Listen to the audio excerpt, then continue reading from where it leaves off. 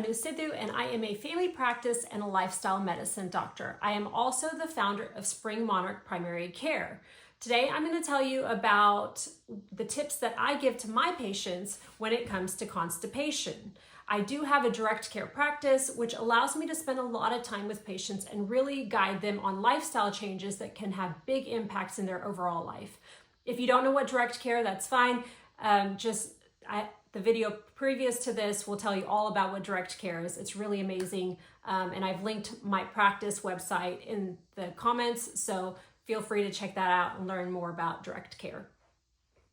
So my approach to healthcare when I guide my patients is if a patient needs medication to put out a fire because they're having severe symptoms, I'm worried about the consequences, the modern medicine is a great tool. However, oftentimes we can make small lifestyle changes and really have a big outcome and get healthier. So I really like to talk to my patients about things that they can do to make their health better.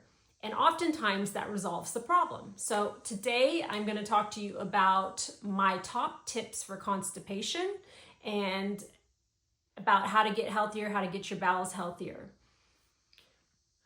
All right, so the first thing when we talk about constipation is we have to talk about fiber.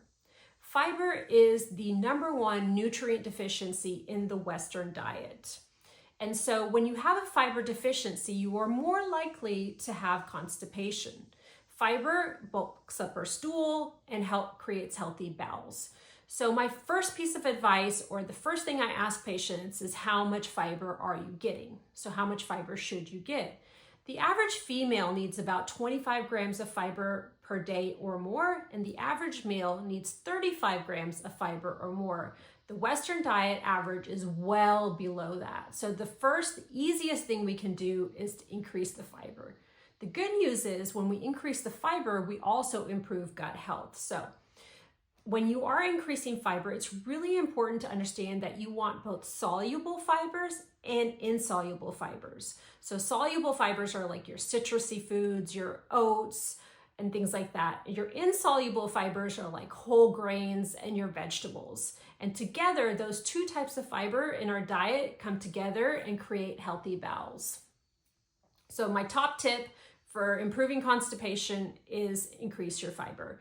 You do want to increase your fiber slowly, maybe a few grams per week, because if you go too quickly, too fast, it can make you feel bloated and takes time for the belly to adjust. And that's a very normal response to the belly. So increasing gradually can be super, super helpful.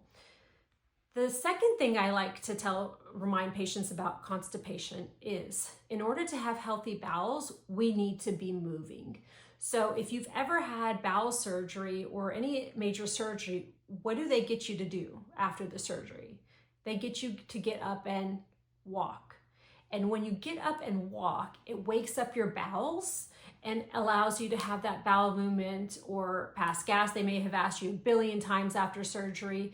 And so movement helps create healthy bowels and helps you stay more regular. So walking, yoga, stretching, all of that is movement. If you think about women when they have babies, we have those sweet little rocking chairs in the room. I mean, of course, yes, that's also to cuddle our babies, but also the moving back and forth can stimulate the bowels for those women who just delivered to wake up. So movement is super important. The third thing, it's not surprising, you've probably heard it, but drink more water. So hydration is a very important component of our bowel status. So for the average person, you typically want to be getting half of your body weight in ounces for hydration. Now, if you have heart problems, heart failure, you may need less. If you are on certain medications that are diuretics, you may need more. So this is a really good question to talk to your doctor about how much hydration you need in particular. But oftentimes we just don't drink enough water. We're busy, we're running through the day, and water just doesn't come to our mind. So one really easy way to get better hydration is to drink 1 glass of water before you drink your coffee in the morning. And I know, you wake up and you reach for that coffee. But the truth is that our cortisol levels when we wake up are already high enough that we don't need to pour more coffee into that, more cortisol. And so our body just appreciates when we kind of take it slow in the morning. So drinking that 1 cup of water in the morning allows your body to wake up more naturally and follow that natural rhythm that it has. All right, so say you have increased your fiber and you are moving and you've increased your water and nothing is helping. Be sure that at this point or prior to this point, you've already talked to your doctor, because when you talk to your doctor, they may want to check and make sure you don't have thyroid issues, make sure you're not having hormonal issues, hypothyroid, so an underfunctioning thyroid can lead to constipation. Perimenopausal women can have constipation, and there's other health conditions and medications that can lead to constipation. So you don't want to be turning your wheels, making all these changes in your lifestyle and nothing's getting better, and it's because you have some underlying condition going on. So the fourth thing I would really say is to make sure you talk to your doctor. Now, if you are in a situation where you're like, yeah, but my doctor doesn't have time to do that with me, I'm gonna put a plug in for direct care here, because direct care doctors usually spend either 30 minutes to 60 minutes with their patients, and they have plenty of time to do that.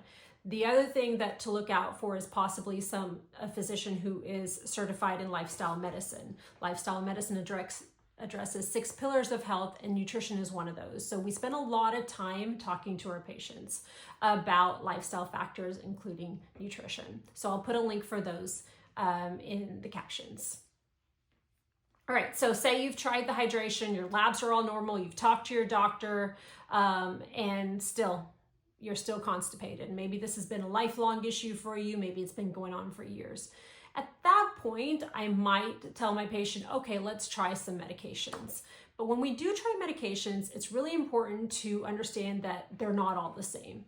So if I'm guiding my patient on medications for constipation, I'm gonna start with supplements. And the thing to remember is it's in the word supplements, which means not replacement. So I am going to supplement their fiber to start with, and I'm going to start with the fiber supplement that has maybe psyllium, a metamucil, or a benefiber. And a lot of times people like to mix that in their water in the morning, or they like to mix it in their coffee. The one thing I will tell patients though is if you are going to start a fiber supplement like that, make sure you start with about half the dose that's written on the bottle. Because if you go full dose and you haven't been consuming a lot of fiber, it may, again, cause a lot of bloating and abdominal discomfort. Gummies are super popular right now. So if you want to take gummies, I tell patients that to make sure they chase it with 8 ounces of water. It often has that written on the side, but a lot of people miss that. So if you just choose the fiber and you don't supplement it and add water to that, it just kind of sits there. So adding the water can allow those gummies to work better. And so I really guide my patients on how to take those fiber supplements properly, because there is a right way and a wrong way to do it. And the wrong way can actually make your symptoms worse. So say they have tried the fiber and they have tried hydration and movement and fiber supplements, then it may be time to try for medications. When it comes to medications, remember that we have stool softeners, we have medications that push the stool down, and then we have prescription medications. And which medication is right for each patient really depends on the patient and what they have going on. And so I have that conversation with patients about what our goals are, what our issues are, what's keeping the bowel movements from happening. And we really have to tailor those recommendations for each patient. Sometimes we can go with over-the-counter, but sometimes we need those prescription medications. Oftentimes I will try to use those prescription medications for a short amount of time, maybe 6 months, while the patient is getting their lifestyle changes going. But sometimes it's chronic and they need to be on it for life. But again, tailorizing a plan to each patient can be super helpful. All right, so if you want to learn more about my practice, and you're in Houston and you want to work with me, please click on the link to my practice. If you are not sure yet, but you want to schedule just a meet and greet and learn more, just reach out to me. But if you're ready to, you can just click on enroll and let's talk about this and let's get you feeling better. Now, if you're not in Houston and now you know that you need to address constipation through all of these tactics, then just remember that my top tips are talk to your doctor, increase fiber, increase hydration, increase movement, and really save the medications for when none of that works. But don't start or stop any of this before you talk to your doctor. And before I go, just one more plug is just to make sure that you are up to date on your colonoscopy. Sometimes a change in our bowel is a signal that something else is going on. And so if you are of age for a colonoscopy, or you have a family history, or you have changes in your bowels and you're seeing me, I'm going to make sure that you are up to date on your colonoscopy. All right, so if you did like the content of this video, please be sure to subscribe and so you don't miss anything. If you want to see more videos like this video and let me know, and I will see you in the next one.